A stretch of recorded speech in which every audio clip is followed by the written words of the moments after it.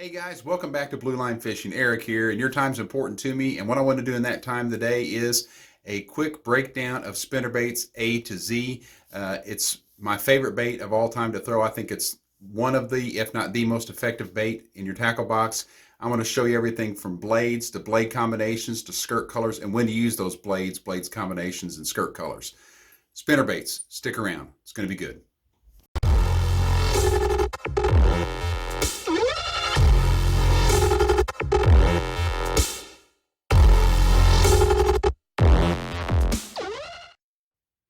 All right, guys, what we're going to do first is break down spinnerbaits. And the first thing we're going to do is start with the most important part of the spinnerbait is the blades and the blade types. First, the first two most common blades you're probably going to see on spinnerbaits is the Colorado blade, which is kind of this teardrop shaped blade. And then the willow leaf blade, which is this oblong blade right here. And then you may also see blades like this, kind of wonder what they are. That is a Magnum willow, or some people call it an Oklahoma blade. And then you get into a few more of the more exotic blades, I guess. Like this is a fluted blade. When you see these grooves in it right down here, what that's normally used for is to add a little more flash to the blade, kind of like a willow leaf. And then also you have kind of a mix between the Colorado blade and the willow in a way. It's an Indiana blade is what that is. But I would say the Colorado, the willow, and the Indiana are the most common ones you're going to see. And there's also variations of those. Like this is a willow leaf blade that when you see the ridges on it like that, that is actually hammered, got a hammered finish, gives off a different type of flash, and this one actually has a rattle built into it. And then you get into more kind of exotic type blades. Like this is a roto blade, and I'm going to show you how that works. Some people call it an always spin. This blade is a Dakota blade. And then you get into the ones that kind of look like an Indiana blade, but they have this oval pattern on it right there. That is a French blade. And then you get into other types of blades too, like that's a tomahawk blade. You're thinking, man, that's a lot of different blade types. What am I using these for? I mean, you get the smooth finish, you got the hammered finish, and like this is a Colorado blade, and it's called a deep cup. And what that does is put out more vibration, more thump. And I'm going to show you a little more on what these blades do. All right, guys, we're going to get into the different types of blade combinations, what they do, and when to fish them. Probably the most common you're going to see are this is what's called a tandem blade setup, which you have the Colorado on the top and the willow leaf on the bottom. That's actually a number 2 Colorado on the top and a 4.5 willow on the bottom.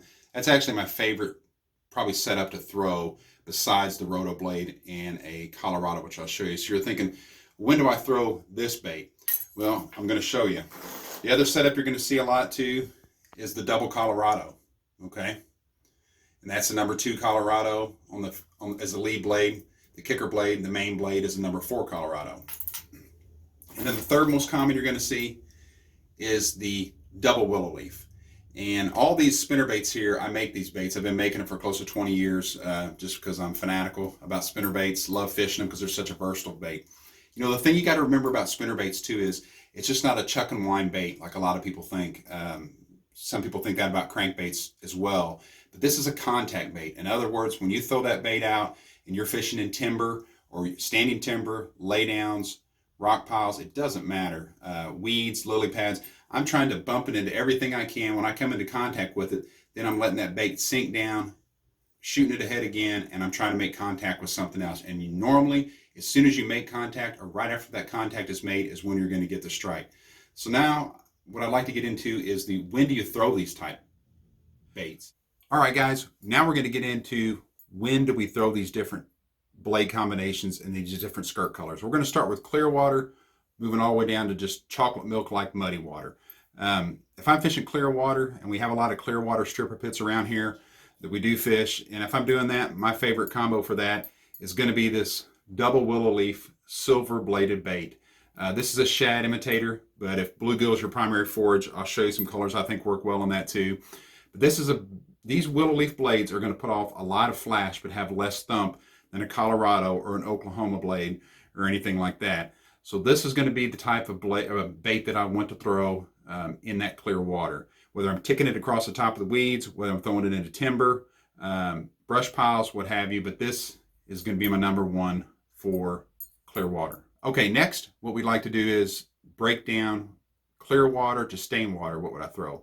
Well, I really like this tandem combination of the Colorado kicker blade and the willow leaf.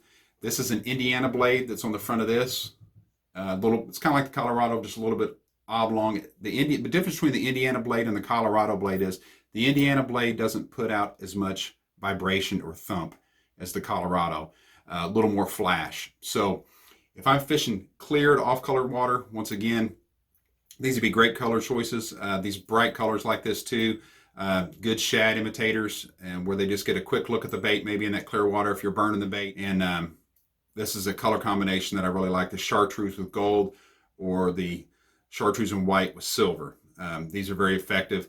I'll put some links down in the description of one of the spinnerbait videos I have where I'm throwing this one a lot, this particular combination, and catching some really nice fish on them, quite a few.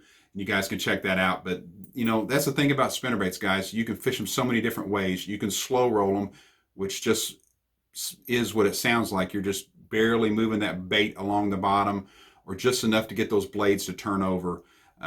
You could yo-yo it, which is basically you're pumping the bait up and down back to the boat if you're fishing over top of a weed bed or a grass line. Okay, this bait right here is one that I designed as far as the setup on it. It has the roto blade up front. We were talking earlier about that. This roto blade or always spin kicker blade, and this number 4 Colorado in the back is just a killer combination, whether you're using it as a shad imitator, which would just be a white or chartreuse colored skirt, or maybe chartreuse and blue. And this is, in particular, one is for fishing lakes where the primary forage is bluegill or red ear. So what this is going to do, it's going to produce a tremendous amount of thump and vibration because of this roto blade up front and then this Colorado in the back. So this is a bait that I would throw in off-colored water to dirty water to even muddy water. This is one I'm going to throw. And then when we get into the dirty water situations, this is probably going to be one of my favorite combinations, as well as the Roto Colorado. It's going to be the double Colorado setup. So this is going to be something that I would throw in situations where the water is off-colored, stained, all the way down to that chocolate milk murky colored water.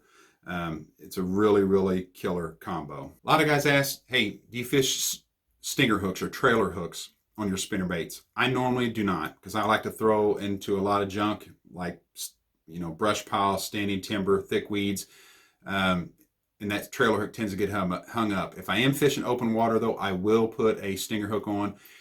This is one, it's a 1/2 ounce double Colorado setup, but the way you do that is, it's just a simple piece of plastic tubing, surgical tubing, that type stuff, and I like to have that hook rigid off the back of my main hook. You can also put this hook on first and then slide on, I'll put it a little closer, slide on that piece of surgical tubing over the top of it, and the hook hangs loose. A lot of guys like that setup. Personally, me, I like it to be rigid, so when I'm running this bait across stuff, that hook isn't free swinging where it has possibility of getting hung up. If I'm fishing somewhere where bluegill or red ear are the main forage in the lake, even crawdads for that matter, I'm going to switch over and go to something like this pumpkin green, or I'm going to this peanut butter and jelly skirt color. These are killer for anywhere that you have, bluegill is your primary forage. So then we get into what do I want to fish if that water is off colored a little bit to stained. Really, if it's like that, I'll throw either silver or gold blades, but a blade color that I found to be fantastic in that situation is this copper. Especially if you got bluegill bedding, if you're fishing in and around bluegill red ear beds, this copper colored blade, which you just don't see a lot anymore, it's kind of old school, I guess, I've found to be fantastic. Got some really nice fish this past year on this particular setup with the skirt color like this, or don't pay attention to the blade combo on this, but this is a bluegill imitation skirt color on that.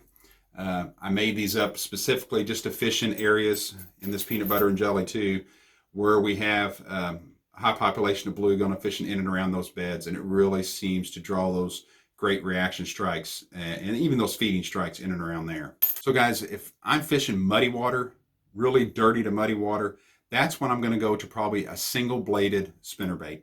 A number 5, a number 6, maybe even a number 7 spinnerbait blade, that's when I would go to something like this deep cut Colorado. And you can see it's not cut like the normal ones where this is a normal Colorado blade where it's rounded off nice and smooth. You can see this kind of aggressive cut in it. This puts out a lot more thump, a lot more vibration. So if I'm fishing somewhere where I've just got muddy water conditions, maybe it's a fresh rain and you got a lot of runoff, stuff like that, and water's really clouded up, I'm going to go to a single bladed spinnerbait, and I'm going to have the larger size Colorado blade on it. So guys, you might be wondering, in clear water, what's something else you can do? One thing that's really affected is fishing these colored blades. You'll see these on spinnerbaits a lot of different times. You're like, man, when do I throw these clear water ones? Or I'm sorry, when do I throw these color blades?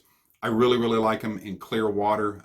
They add a lot of, it's not that flash, but they've got that bright color pattern going, draws that reaction strike a lot of times, brings the fish in from a distance. And this is what those painted blades excel at. You can also use something like say for example, chartreuse setup in muddy water and throw, maybe a chartreuse colored blade like this, along with the chartreuse colored bait to try and get a reaction strike out of it. All right, guys, one thing I'm going to show you too is whenever you have shad, like gizzard shad, threadfin shad, or your predominant forage in a lake, reservoir, whatever you're fishing, could be a small pond, it doesn't matter. You're not probably have too many shad in a small pond, but we do have some lakes around here that are only 7-8 acres that have shad in them, so you never know.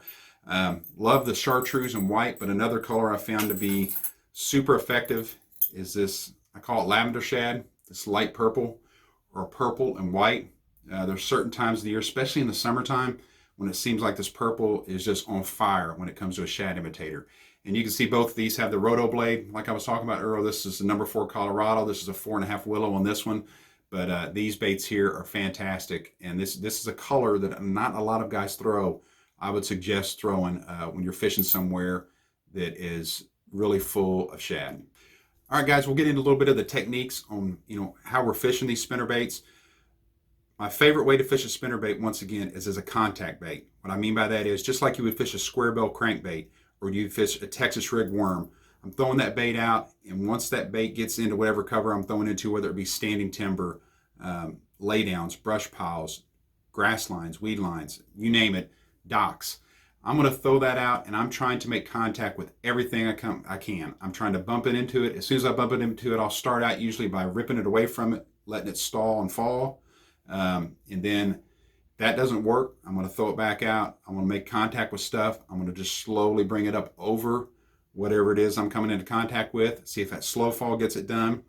And then if not, I'm going to chuck it back out, and I'm going to, when I make contact with it, the next time I come into contact with it, I'm going to keep reeling at a normal speed with just that slight deflection as that bait goes along. That's what makes a spinnerbait so versatile, is it's a contact bait like that. You can fish it like a jig up and over stuff. You can fish it like a crankbait, banging into stuff and deflecting it off. You can fish it like a plastic worm where you're just hopping it basically along the bottom, among other things. And that would be a yo-yoing technique. Or you can slow roll it where that bait is just barely turning along the bottom. The blades are barely turning along the bottom. If I'm slow rolling, one thing I like to do is a larger blade size. That way I don't have to work at keeping the bait up off the bottom. The larger bait gives me more thump, but at the same, or the larger blade gives me more thump, but at the same time, it also lets me work that bait slower. And in cold water, like in winter, early spring, or late fall, that's what I want, is that slow presentation. Coming up here, as soon as we get out of winter and into early spring, I want that slow presentation, just enough to keep those blades turning and still try and come into contact with stuff, and that's what's going to grow me the fish. Hey guys, I hope you liked today's video. If you did, please give me a like and subscribe. It really helps me out, helps my channel grow, so I can bring you more videos, more fishing videos, review videos, you name it, whatever you guys want to see, put it down in the comment section. I'll be happy to do it. Also, if you don't mind hitting that notification button, smash that bell, that'd be great. That way you'll get notified whenever I put new videos out. If you're interested in the spinnerbaits I make, you can check them out at Ripjaw Lures on Facebook or Instagram, and I'd be happy to hook you up. Till next time, we'll see you.